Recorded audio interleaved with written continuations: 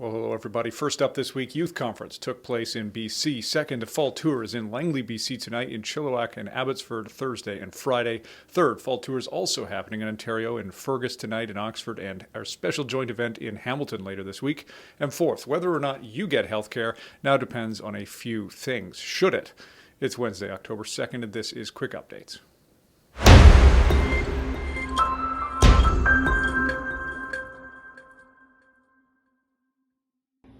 This past weekend was the BC Youth Conference and we had a wonderful time. The day was jam-packed with activities. We heard from different leaders in our communities on the theme of being ambassadors for Christ. From pro-life apologetics to what is our calling in our future careers to what does the job of an MP on Parliament Hill actually look like. We walked away with not only a lot of new information in our heads, but also a passion to be ambassadors for Christ in all aspects of life and some great practical ideas on how to really live this out.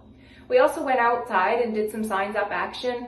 We got creative with a photo scavenger hunt. We debated a bill on the redistribution of candy, and we had a great time with old friends and new ones. Oh, hey everyone.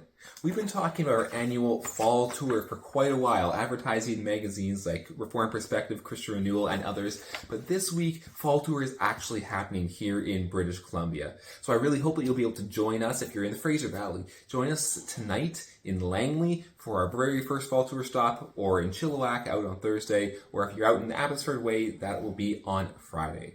We're going to be delving into the history of freedom of expression, why it's important, why Christians should care, and how it's been under attack in recent years and recent decades, and what we can do to use our freedom of expression before we lose it. So we really hope that we can see you out at some of these fall tour stops, and that together we can defend freedom of expression and continue to be a Christian witness in the world around us.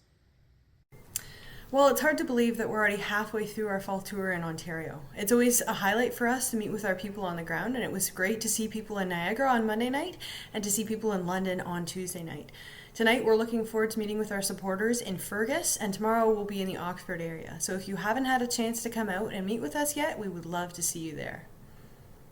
So the National Post recently covered the case of a woman who was denied a liver transplant due to her history of alcohol abuse. Should healthcare be conditional? Well, the specific application of this type of regional healthcare policy is a concern, but the issue is far worse when it comes to euthanasia and assisted suicide. The Canadian government, by amending the criminal code, now permits euthanasia for those with disabilities, even if their condition isn't life-threatening. We've all heard the news of veterans with disabilities being offered the option of ending their lives, friends with disabilities speaking of inequities developing in the healthcare system that make them more fearful.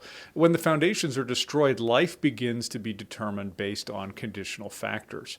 Now, this is part of the reason that so many of you pushed to oppose the government's expansion of euthanasia over the last number of years.